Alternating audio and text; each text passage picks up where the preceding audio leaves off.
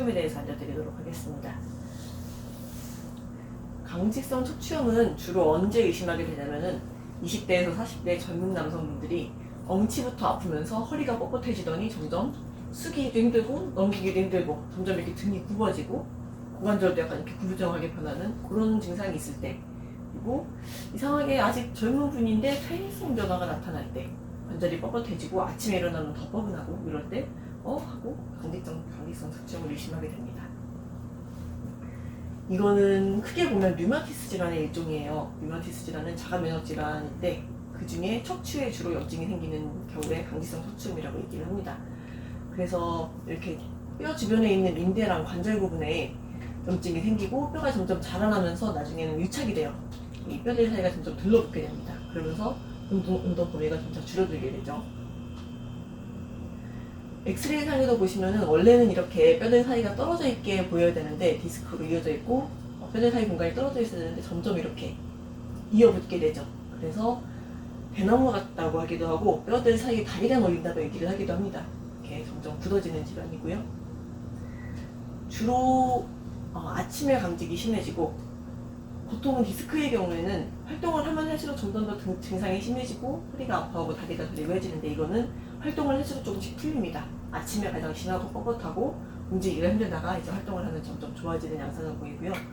그리고 처음에는 이 천장관절, 꼬리뼈와 그리고 엉덩뼈 사이를 이어주는 천장관절이 뻣뻣해지고 이 부분부터 통증을 느끼기 시작합니다. 엑스레이 상에도 그 부분부터 좀 경화가 일어나게 되고요. 하얗게 보이게 되고요.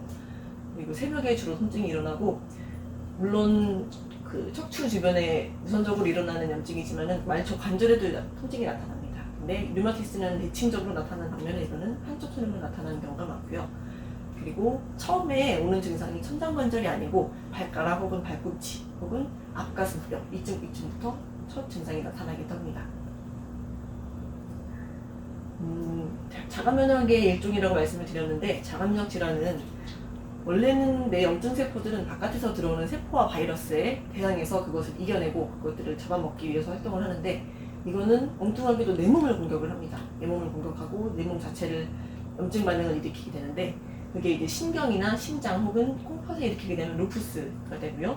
그런 반응들이 구강이나 혹은 항문 이런 쪽에 궤양을 자꾸 일으키고 염증이 생기면 베체트병이라고 하고, 척추에 생기는 경우를 강직성 척추염이라고 얘기를 하게 됩니다. 진단은 가장 먼저 이렇게 앞으로 숙이는 동작이 잘 안 되고 뻣뻣해지고 동작에 제한이 생기게 되고, 흉곽이 앞가슴 쪽에 염증이 생기면서 흉곽의 움직임이 떨어지게 돼요. 그리고 그 양반다리와 비슷한 패트릭 테스트라고 하는데 이런 자세가 잘 안 되게 됩니다. 이렇게 이런 동작을 취했을 때 천장관절 쪽에 통증이 생기기도 하고요. 이렇게 진단을 먼저 하게 되고, 아까 보셨던 엑스레이 같은 진단을 하게 되는데, 엑스레이 잘 안 나타나는 경우는 조금 정밀 검사를 해야겠다는 경우에 CT나 MRI를 찍기도 합니다. 그리고 강직성 척추염은 조기에 발견을 해서 빨리빨리 이런 운동이나 약물 처치를 하는 것이 중요한데, 관절을 최대한 잘 움직여 주시는 게 중요해요. 스트레칭이 정말 중요한 운동 중에 한 가지입니다. 물론 다른 관절증들도 그러하지만은 강직성 척추염은 점점 뼈가 굳어지는 증상이기 때문에 스트레칭을 목과 허리 그리고 고관절까지 열심히 해주셔야 되는데, 내 동작에 무리가 오지 않은 범위 내에서 하는 것이 중요합니다. 통증과 혹은 골절까지도 잘못하면 일어날 수가 있기 때문에 내가 할 수 있는 범위 내에서 꾸준히 해주시는 것이 중요합니다. 이게 가장 중요한 것은 금연이에요. 자가면역 질환이 생기신 분들이 대부분 스트레스가 좀 많고 내 화를 이렇게 제때제때 배출하지 못하시는 분들이 많은데, 그래서 더군다나 흡연을 좀 많이 하시게 됩니다.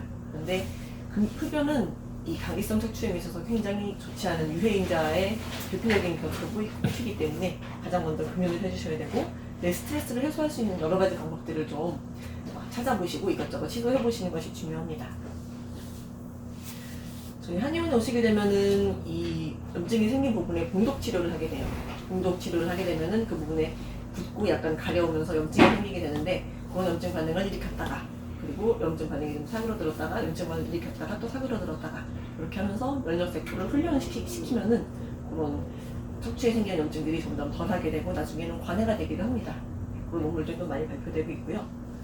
그리고 자가면역 질환, 이런 강직성 척추염에 있어서 스트레스로 인해 발생하는 열들을 좀 식히고, 그리고 관절을 보다 유연하게 움직일 수 있도록 진행을 공급하는 약들을 조금 장기간 써주는 치료가 좀 필요한데 한 3개월에서 1년 정도 꾸준히 써주시면은 관절 움직임도 좋아지고 통증도 덜해지고 또 양약도 줄이실 수가 있게 됩니다. 관리가 좀 더 수월해지게 되는 거죠.